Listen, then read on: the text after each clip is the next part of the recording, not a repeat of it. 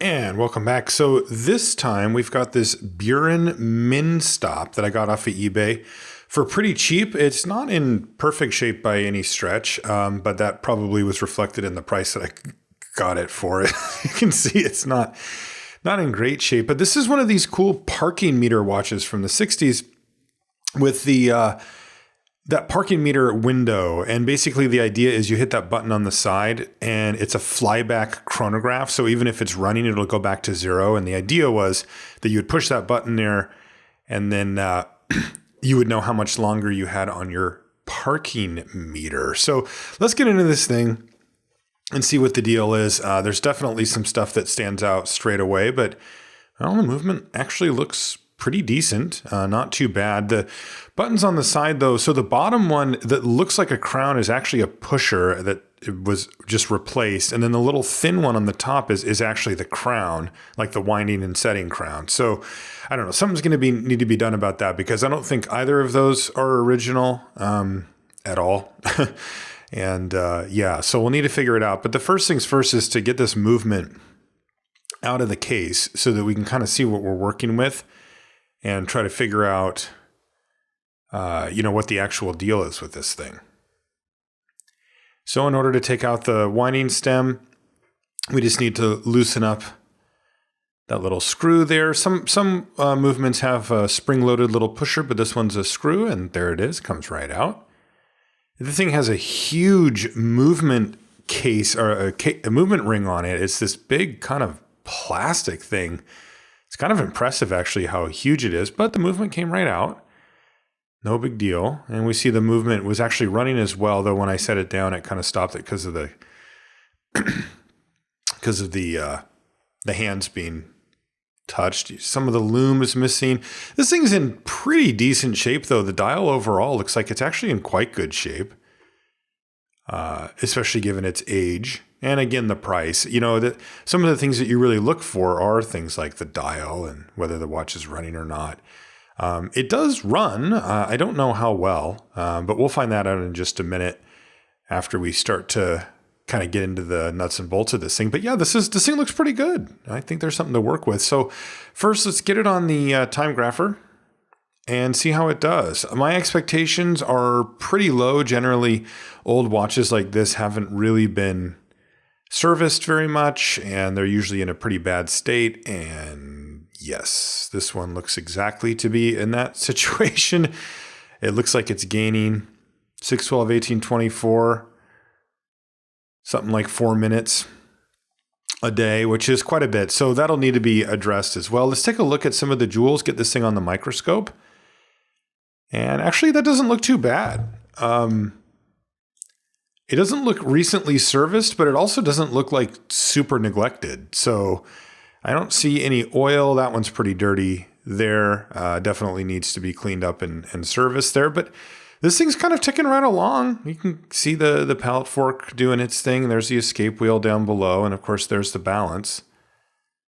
But yeah, just taking a look at the jewels, often they're way worse than that. So I don't know. This thing probably has a lot of life left in it. So the first thing we need to do to get working on this thing is, well, we're going to need to take it completely apart and we're going to need to service it. And that means completely clean every part and then put it back together and lubricate it to see what it can do. So the first thing to do here is to take the hands off. So I put a piece of poly bag down, and then I've got these hand lifting levers that will do it. And the bag just protects the dial, right? You just don't want to get any scratches, especially on a painted dial like this. It could be quite easy. And put the hands away. And then if we flip the thing over, well, we've got to get this dial off of here. So you can see that this dial is actually attached with 2 screws that go onto the side of the movement. And there's one of them right there.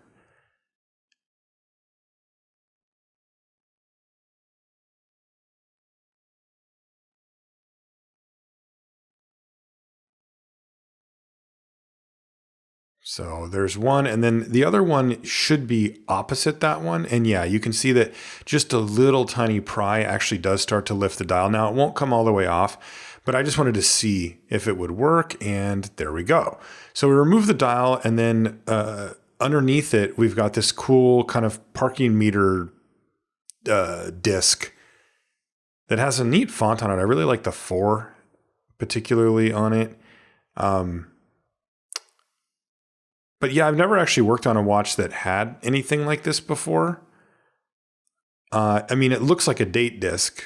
And then if you'll notice, well, there's a little spring that keeps it down, and that fell off, but I just made sure to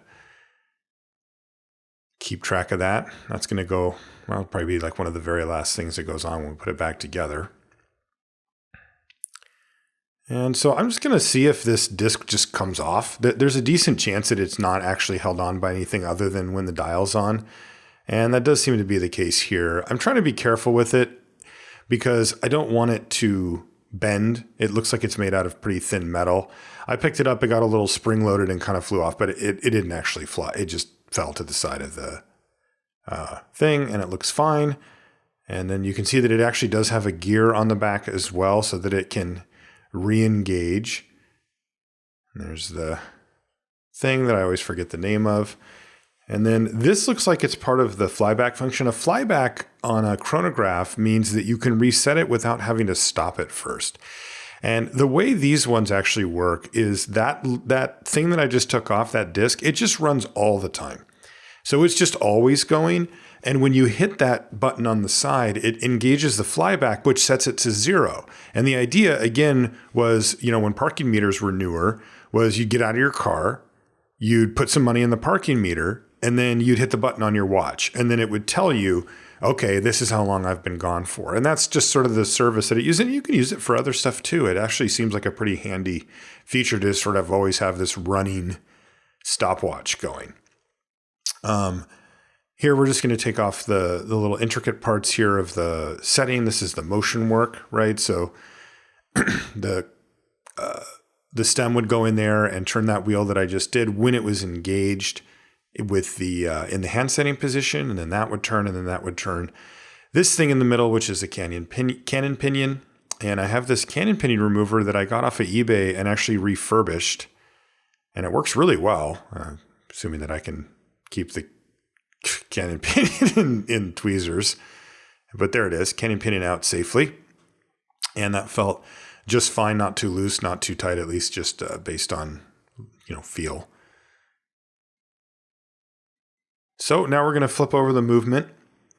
And as you can see, it's running quite well. It looks, at least visually, like the amplitude is pretty good too. That's kind of how much power it has going through it, right? How much, how far that balance swings when it's going. But as you can see, it's kind of cruising along, and it looks like it's in pretty good shape here.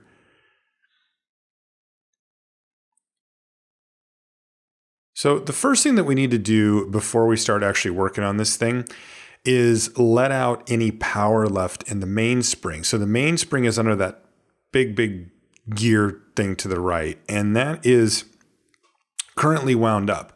And what it does is, as it unwinds, it sends all the power through the train wheels and then down over to that escapement where it's very carefully released. The problem is that it takes hours or even days in some cases to release all that power, and we don't want all that power coming out at once. So what we're going to do now is we're going to move the click, which is what the tweezers are on right now, just out of the way. That's what stops it from unwinding. Just that little tiny thing. By the way, that's also the thing that makes the winding noise. When you wind up a watch and you hear that sort of sound that everybody knows, that's actually what makes that winding noise, is that little click that I'm moving. And so now what I'm doing is just gently letting the rest of the power out. As you can see, now the watch has stopped running as well because I've done that. So the first thing that I'm going to do is take off the balance assembly. And the reason to do this first there's not really a great technical reason to do it. It's just to keep it safe. It's easily the most delicate and important part of the whole movement. It is what regulates timekeeping. It is the thing that keeps the time. It turns that energy that you wound up in a spring into something that is regulated and consistent. And that requires some pretty delicate stuff to go on. And so while I'm in there jamming around, especially given that I'm still learning and I'm still kind of an amateur at this stuff, I'd much prefer to take that the balance assembly there and just put it away for now so that it's out of the way and isn't going to get any more damage than I may damage it myself. So with that out of the way, we can kind of work our way backwards at least a little bit here and take the pallet fork off the pallets. So this little pallet cock here is what holds it down. You can see that it's jeweled. And then what I can do is take off that, and then the pallet will just simply be free and I can take that off. And again, this is the part where if we had power left in the mainspring, that little thing, once we took it away, would everything would unwind almost instantaneously. And that's just a lot of energy to put through what is, probably a pretty old watch at this point, and also a mainspring that would be letting go all at once, maybe even snapping a little bit, and it could put a lot of pressure. So there's the pallet fork, so that's out. And with that out, now we can start kind of working our way back from the other side. So the first thing to do is to take off the barrel bridge. But in order to get to that's what's holding down the barrel. We have to take off these two wheels on the top, the ratchet wheel, and I always forget the other one's name.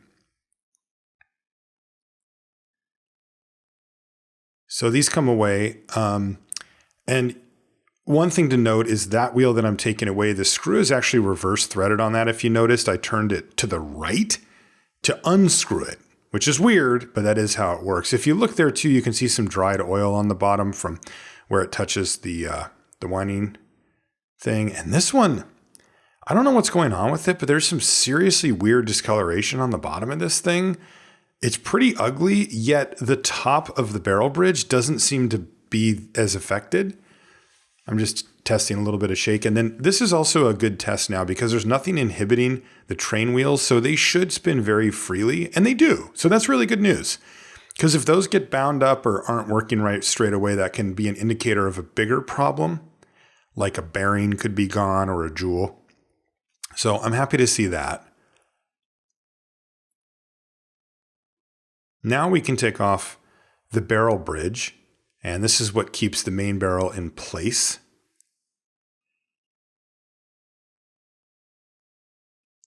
First things first, though, I should mention the click. There's that click again, the thing that I kind of pushed out of the way. And this one, actually, if you look closely, you'll see the spring underneath. It's kind of crazy. That this is the scary parts. Like that thing, if that gets broken, I'm not finding another one of those without buying another one of these watches. So I got to be really careful with this part because it looks like I could just snap it with my finger, and it serves a pretty important function. So of keeping that click in line. And I don't want to have to source another one of those little tiny springs. At least I don't know even where I would start. So yeah, this looks a little better. So now finally the barrel bridge can come off. And it looks like it's held on by these 3 screws. So let's get those out of the way and see if this barrel bridge might want to come off. Those are pretty long screws as well. Okay, so those get out of here.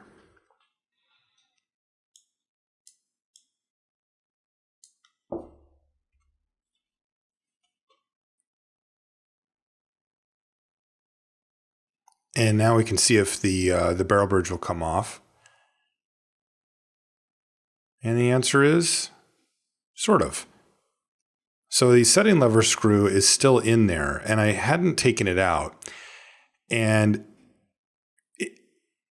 I should take this out now. I should just unscrew this all the way now so that this thing can easily come out. Even though it's not actually attached to the barrel bridge itself, it's easier just to pick it up with it in this case. So that's what I do. And that doesn't look too bad. And if you note, a little part fell off there as well. I do pick that up in just a minute. And it was actually one I was looking for before. So that means that I can take out the barrel. And that barrel is what holds all the power in the watch. Without that, it wouldn't go at all. And it looks pretty good. So we'll get that out of there. And I don't know what this thing is. I assume that this is extended, like a pivot that's attached, a pinion that's attached to another thing on the other side that you can kind of see. But I don't know how to separate them safely, so I just leave it in for now. And now we can take off the train wheel bridge. So that comes off.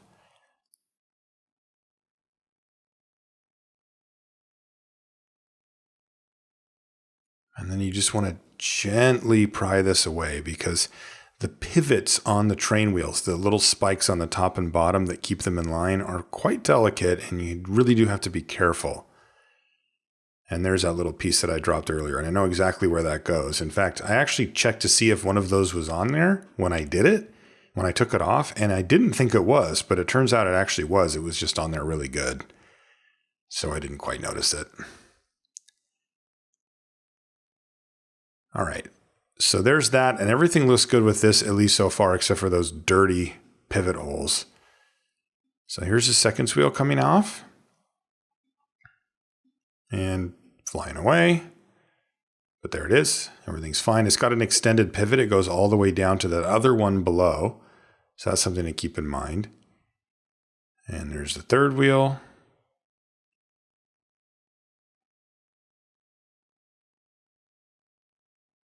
And now I believe I can take off the escape wheel very gently, and there it is. And as you can see, that actually has two pinions on it as well. And one of them is for this remaining wheel at the bottom, which has something to do with the flyback or something. I'm assuming it runs it. Probably just runs that disc.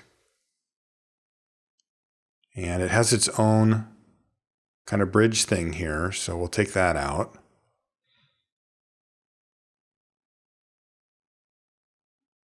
And it actually has a pretty beefy top on it there, but it comes right out.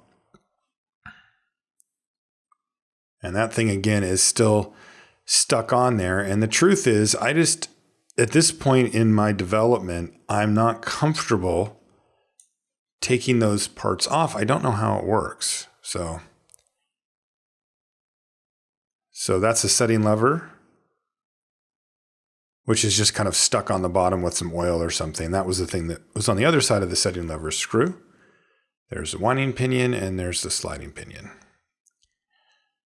So that's all the keyless work there that we just took off. That's the part that lets you either set the watch's hands or wind it, depending on whether you pull out that stem or not. There's some more of the keyless work left as well, which is the setting lever spring, which is sitting right there. That's that kind of goofy looking spring.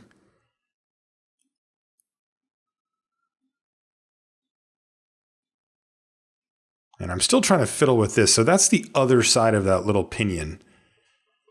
And I still don't really know how to get that part off, but I'm just like, well, I guess I just leave it on for now. It doesn't seem to be in a jeweled slot or something like that. So I probably can just get away with cleaning it like that and leaving it. There's probably either a tool I need or a technique that I don't know yet to separate and then put those things back. But like I said, I haven't learned that part yet, so I don't know. So I'm actually going to start with this, which is this is the lever on that chronograph flyback. So that thing at on the left-hand side is what actually gets depressed by the pusher. And then it does something to that wheel. I haven't actually figured it out yet. When I put it back together, I think I will. And that resets it on the fly. You can see that thing's held in by a spring as well. And I'm assuming that spring is simply there so that when you push the pusher, it pushes back. Simple. And then, it actuates on that gear down there, that one right there. And I don't know. I still don't really know how it works. But I'm scared to take something like that apart and then not have the tools or the know-how to get it back together. So now we can take off the rest of the keyless work on the other side. And there's really not much left because I took the other parts off from the other side. But the spring here,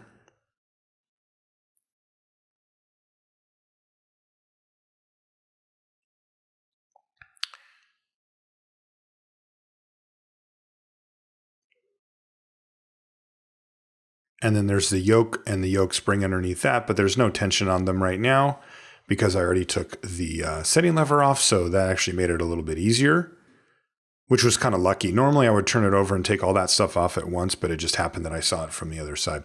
So the last thing left to do with regards to actually getting this watch taken apart is to get the mainspring out of the barrel, because that's going to need to be cleaned and lubricated as well. And this is actually a fairly simple procedure. I just push down with my fingernails on the edges to release the cap. That pushes up on the barrel arbor, which is right in the middle. And that's it. That's the spring. That's the thing that runs the entire watch. It's kind of incredible that basically all the watches that you know, the mechanical watches, have that inside of it. And all of the things that it can tell you, the moon phase, the, tides, the chronographs, how much longer is on your parking meter, the date, all that kind of stuff comes from this little piece of metal. That's the impetus for all of it. And the challenge is to get something to tell you those things based off of this thing unwinding. It's incredible. And speaking of unwinding, I'm just doing this by hand, taking it out of the barrel because, well, there's really no other way to do it. And there we go. So with that, we have the entire watch disassembled. And you can see all the little parts here laid out on the workbench. There's the case with the missing part of the strap, and then there's the rest of the parts. So it's completely taken apart now, and now we can start to clean it. But as I was looking at stuff, I noticed, and you may have noticed this too, this is on that bottom wheel, that extra bridge thing. There was a jewel that not only came out, but as you can see, it is cracked and broken. So I believe that it goes right there. And I kind of look around, I'm looking around at the other holes on this bridge, but I believe it goes right in there. And I have no idea. I've never replaced a jewel before. I've never had to buy a replacement jewel. So this one, it could be an adventure. So in order to fix this, this is what we need. One of the many things that you need to work on watches regularly like this is a jeweling tool. This is a Horia jeweling tool. And this allows you to press in and remove jewels. It's that simple. Here's the tool that you use. Plus these are the pushers. They call them pump pushers. And the anvil's down on the bottom. Basically, you pick the one that fits on the bottom and then the one that fits on the top. And then the tool just allows you to very precisely and very flatly put on new jewels. You can also do it to certain depths, and that can be really important for what they call end shake. Now, I've already chosen the ones that look right because I actually have found a replacement jewel for this. It was not easy to do, but I did find one. And so we're going to get the tool set up now and install this new jewel into that little plate that it was missing from. So here we go. I've kind of placed the jewel in its setting, but it needs to be pressed in because it's not in all the way. And basically the way it works is this thing just sort of comes down and then just flatly presses it into place. I'm just using hand pressure here, no hammers or tools or anything like that. And then, that's about it. So this is all it took eventually to get this jewel replaced, but I did have to buy a new tool and track down the jewel. So it wasn't a short process, to say the least, although getting the jewel installed wasn't too bad. So let's get back together. The things done being cleaned, and now we got to put everything back together. So first things we're going to start with is the mainspring barrel. And for this, I have what they call mainspring winders. So this is a special tool that's its entire job is to safely wind up the mainspring again and allow you to put it back into the mainspring barrel. And as you might imagine, doing this by hand is actually possible. It's just tricky, and you can easily damage the mainspring when you did it. So I went and got this really sweet tool. I mean, this thing is nice. And first things first, though, a little bit of lubricant. I'm going to use this Mobius 8200, it's called. It's a special type of grease. And what I'm going to do is just charge up a little piece of sponge with it. And that way I can roll this sponge along the edge of the spring basically for its length. And that lets me put just the thinnest layer, because this is basically just corrosion resistance. It doesn't the spring itself doesn't particularly need lubrication as far as I know.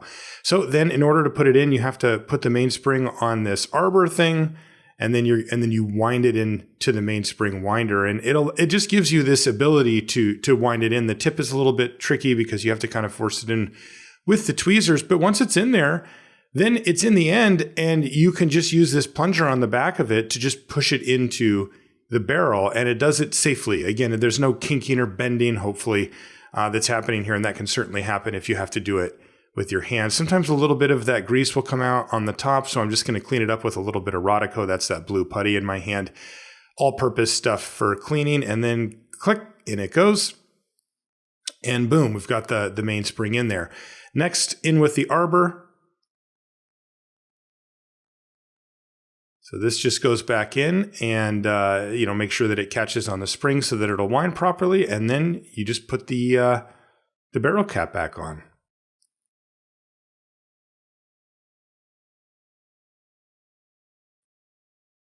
All right, with that done, we still have the balance attached to the movement because that's how I cleaned it, if you'll remember. So I'm going to take that off and set it aside so that I can work on the movement, and we'll start with the train of wheels. And first things first is this bottom wheel, and this is this is a little plate that had the broken jewel on it. And as you can see, the new jewel's in place there. And I believe this is what runs the Flyback chronograph, the countdown timer thing on the front of it.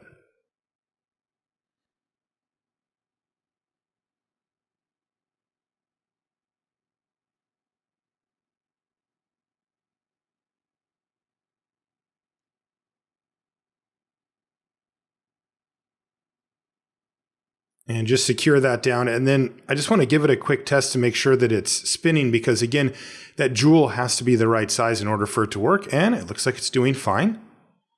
So that's a relief.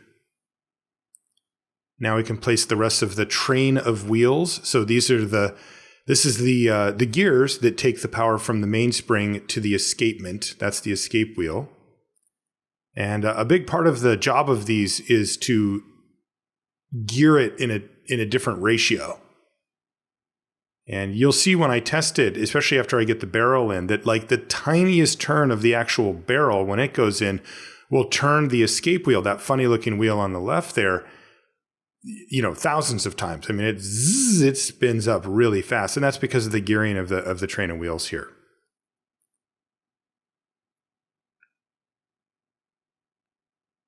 So getting everything in place.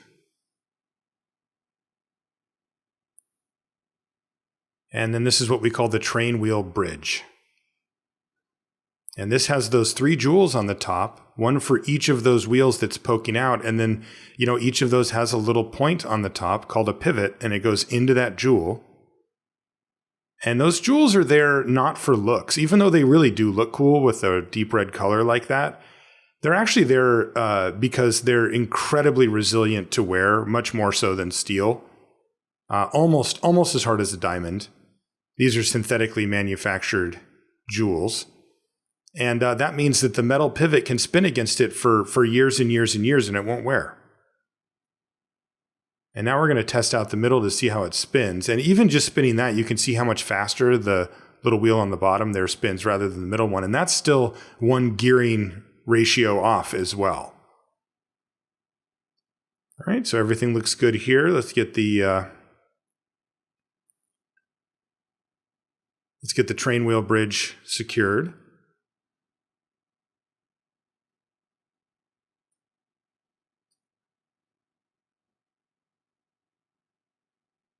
And here comes the barrel now. So again, this is what holds the mainspring, the thing that we wound into a little bit earlier. And as the mainspring unwinds, it turns everything. And you can just get a sense for it there. When I turn that barrel, it has gears along the outside, so it's sort of the first wheel, if you will. And if I turn it even just a little tiny bit, the rest of them just spin, spin, spin, spin, spin. And that's how you're able to wind up a little spring like that and have it run a watch for a few days. All right, barrel bridge incoming. So this thing's job is to keep the barrel in place, and then also it's important for putting the wheels on top that actually allow you to spin something on the side of the watch but have it turn something that's laying flat. And we'll look at that in a minute. There's called a ratchet wheel and a crown wheel, and those work together so that when you turn the crown on the side of your watch, it actually winds the flat mainspring. Okay, so get this thing secured, and then one more check, and once again, pay attention and look how fast those wheels down the line spin. Now what we need to do here is lubricate. So I'm going to put it on the microscope here, and yeah, I'm sorry, it's a little bit off camera. It's pretty tricky business doing this through the microscope with the camera on it. But at any rate, you can get an idea. I'm putting a lubricant called Mobius 9010. The company is Mobius, and then it's a synthetic lubricant, and that goes on each of those. Just a little tiny bit. And this is that mainspring, or excuse me, click spring that I had talked about when we took this watch apart, and it is just tiny. And again, this is the click. I mentioned it before, but again, this is what actually makes the noise of winding up the watch.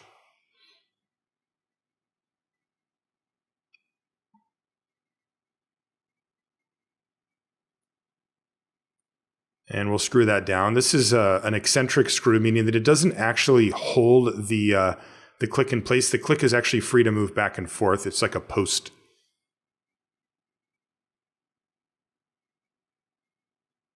So that goes over the main. That wheel actually screws into the barrel below it, so that when it gets turned, the barrel gets turned. And then this is the ratchet wheel, or the crown wheel, I mean. And so this is the one that actually gets turned when you turn the side of the watch. Now we're going to put the pallet fork in place.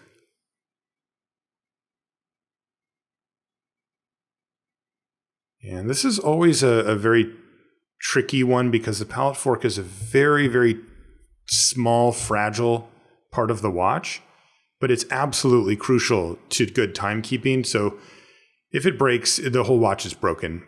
It will not work. So I just try to be very careful with that. And then right now there's no power in the watch, so I can't really test to make sure that it's engaging properly with the escape wheel. But so it goes. I actually put the winding crown in so that I could wind it up a little bit, and then realized that I hadn't put the keyless work yet in the watch, so there would be no way for me to actually do that. So I'm going to flip it over and go ahead and get working on the keyless works right now. And that blue stuff I'm using is a special grease for higher friction parts.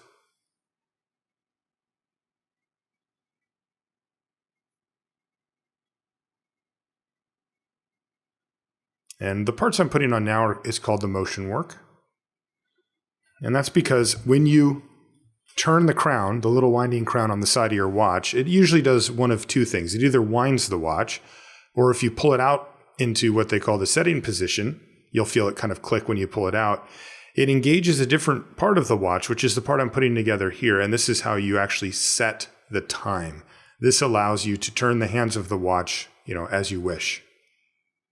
So now we can put a little bit of grease on the winding stem and get it put in.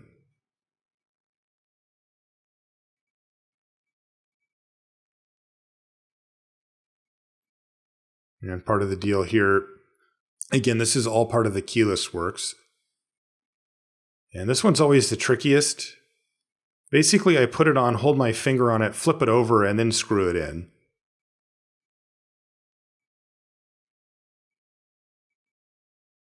This is what we call the yoke spring. And of course, I'm trying to be extra careful because these little tiny springs do have a habit, if you load them up, of going flying.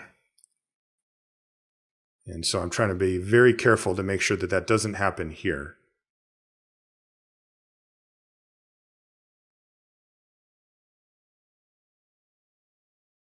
And now I can give it a quick test, and I can see that it's working for the motion work there. And now if I push it in, it's winding up the watch. And so I can get a little bit of power into it, and that just puts a little bit of tension on. Now, this is a part where I'm in uncharted territory. So this is a Flyback chronograph, but I don't really know how this works. Now, I did figure it out, but as I'm building this, I'm sort of doing it off of my other video, watching how I had taken it apart. And basically, this thing is the thing that you push on to reset that Flyback chronograph part. So I'm trying to get it up against this spring, and then it actuates on that wheel there with the holes in it, but I don't really understand how yet. And then I kind of figure it out now. So I can get this thing down so that the spring's in place and all that. And then this sort of limits the motion on what that can do up and down. But now it won't really move, and I'm unsure why. Because you're supposed to be able to push on that and have it actually move. And then I realized, oh, it was bumped up against. So this is how it works. When you push on it, the shape of that wheel underneath actually is not circular. And so it just gently bumps that back to home position when you do that, regardless of where it was at. Now it's time to put on the balance and see if this thing actually wants to run. And it does! This is just the best part. It actually comes back to life. And it looks like it's actually running pretty well.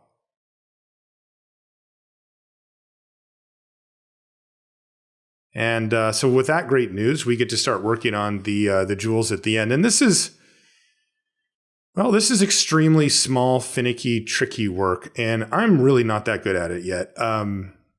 There's some times where I'm working on a watch and I feel like, I'm starting to get this. Like I'm getting pretty good at this. And then there's times like this where it's not that I'm not too hard on myself, but I'm going, this is where I'm very much an amateur. I am still very much learning how to do this without screwing it up. It is tricky. This stuff is just extremely small. And if it goes flying, it's gone. It is really tough to catch this stuff. This is what they call a shock setting. So it makes sure that if you drop your watch, those tips don't break.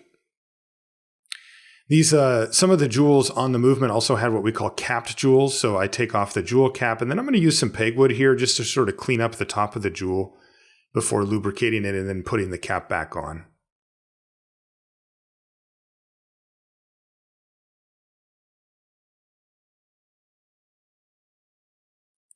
And then the cap goes on the top, like so.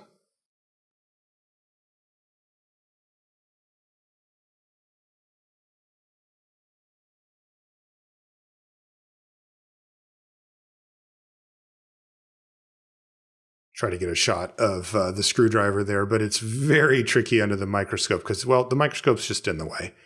So here's another Inca block or shock jewel setting that I'm trying to take off as carefully as I can, but now it's all kind of sticking together. This one hasn't been lubricated in a while, and it's pretty dry. So instead of trying to get too cute, I'm just going to use some Rodico, that sticky stuff, to just take the whole setting out at once. And you can actually see the pivot there. And now I've lubricated this, and hey, look at that, a hole in one. And now I just have to get this Inca block spring back in again. This is just a way that they can give a little bit of flexibility to the pieces of the watch. And look at that, I'm getting better. I'm getting better at it.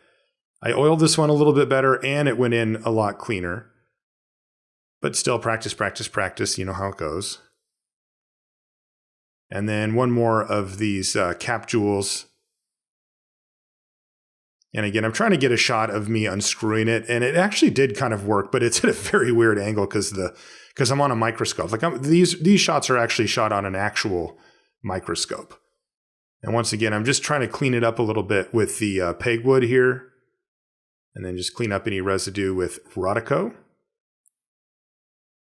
This did get cleaned, but remember, I cleaned this with those shock jewels, those upper bearings, the upper plates in place. So that's why I have to go back and clean them manually after. And I figure I might as well lubricate that. I did end up putting, of course, the other part back on.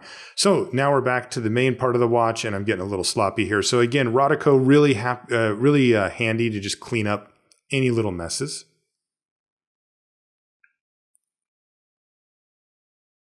And this is the cannon pinion going back on. And to put it back on, you just push it down.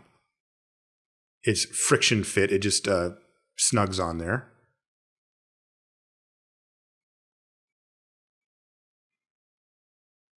And now I can start working on putting on the flyback function. And again, this is meant to be functionality for people that use parking meters. I think particularly when they first became really popular.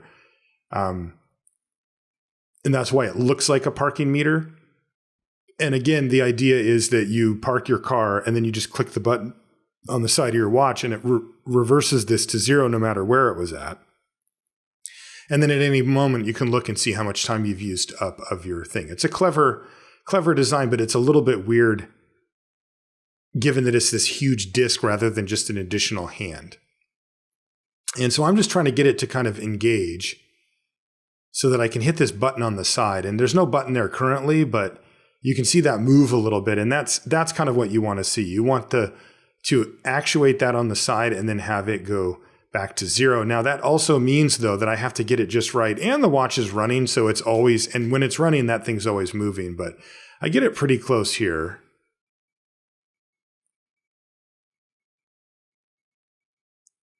And that means that we can try putting on the case, and this is where things get a little bit rough for me, just because I don't really know what I'm doing with it. I put the hands on, and I've got this new crown that I bought. I figured that the crown that was on it was not original anyway, and it was way too small and sticking out too far. So I got a little bit bigger of a crown that still would fit. You can see the comparison there. And that means that I need to use these this little vise here to take the old crown off. And it just actually comes off by hand. There it is. And then I can actually attach the new crown. Now I do have to do a little bit of measuring and cutting to make this right, because the stem on this is a little bit longer on this crown, so it would stick out too far.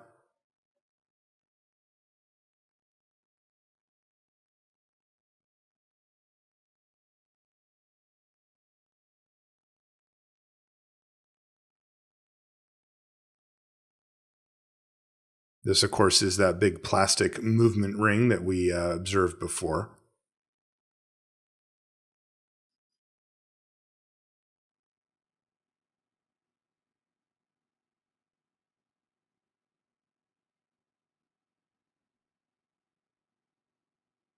And I can just give this a quick test to make sure that it's actually working.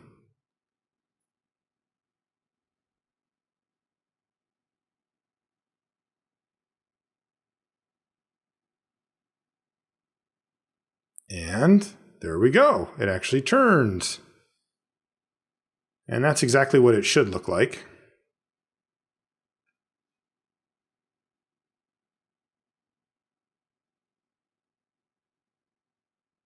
So back in the movement ring and then back in the case, at least theoretically.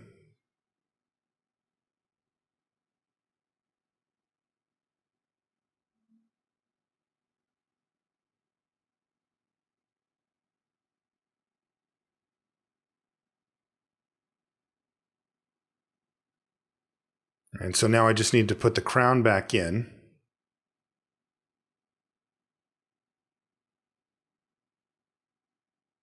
And there we go. So that's how I want that to look.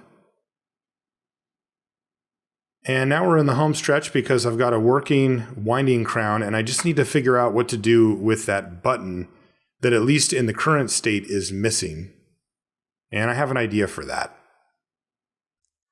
So what I've done here is I've actually gotten a crown. It's actually like a winding crown. I don't know how to replace a pusher properly. I think I have to take that whole part out of the case, the tube and everything, and I don't know how to do that or have the tools for it. So I'm hoping that this sort of will work. It doesn't look terrible, and I'm hoping that it's functional. Now what it needs to do is actuate on that pusher and then reset the running seconds on that on that background wheel that's on the dial. So let's see if it works. First thing though, let's get the crown in there. All right, that's back to normal. And I can set it, and you can see that changes it because it runs with the time. And then if I hit the button, whoop, back to zero. It works. So I'm actually really relieved about that. This is definitely an area that I don't know what I'm doing anything on. The pushers and stuff. I've never dealt with case tubes or anything like that. So anything that looks halfway decent and works, I'm going to be kind of happy with, I think. And I think that this looks halfway decent. About exactly halfway decent, and it does work. If I do learn how to do tubes and stuff, I'll revisit this project. But for now, I'm actually pretty happy with it. It seems to be running a lot better, and it looks kind of cool, and it's got a cool story behind it. And I replaced both of the crowns, and I think that they look better than what it came with, which was basically two completely mismatched and oversized crowns on it. And now it's a wearable little watch with a neat story behind it. And to me, that's part of the joy of collecting things like this. On this channel, you're going to see a pattern of me finding kind of weird, cool vintage watches on eBay and getting them up to speed and running, restored the best I can. And, something that I could sell on, give away, or just enjoy wearing myself. And I think this is a perfect example of that. This little weird functionality that it has on it made for, keeping track of how much you have on your meter, your parking meter of all things. And it's just another example of all the cool things that you can find in the world of watches, particularly vintage watches like this one. I hope you had a fun time watching me stumble through getting this thing back together. This was more of a project than I thought it would be when I bought it. But as always, you get through it and you learn on your way. And hopefully you learned something and had a little bit of fun as well. If you want, you can subscribe to the channel, and that will let you get notifications whenever I put up a new video. With that, we'll see you next time.